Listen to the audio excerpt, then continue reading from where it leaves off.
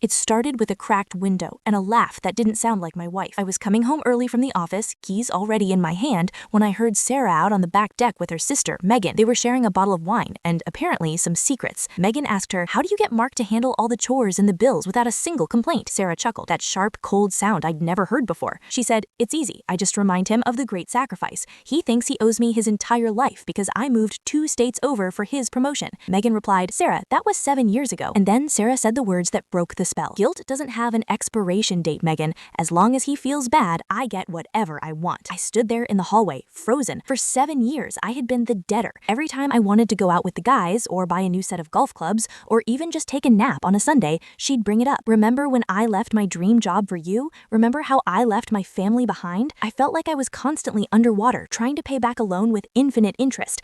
But that night, I did the math. Sarah didn't leave a dream job. She was about to be fired for performance issues. She didn't move for me. She moved because we couldn't afford our old city and she wanted a fresh start. The next morning, the debt collector came knocking. I was drinking coffee when she walked in and said, "I saw those new boots online. Since I gave up my social life in Chicago to be here with you, I think I deserve a little retail therapy. Don't you?" Usually, I'd sigh, feel that familiar shame, and hand over the credit card. This time, I just looked at her. I said, "No." She blinked, confused. "Excuse me? After everything I've done?" "Stop," I said, my voice calm. "The debt is settled, Sarah. You chose to move."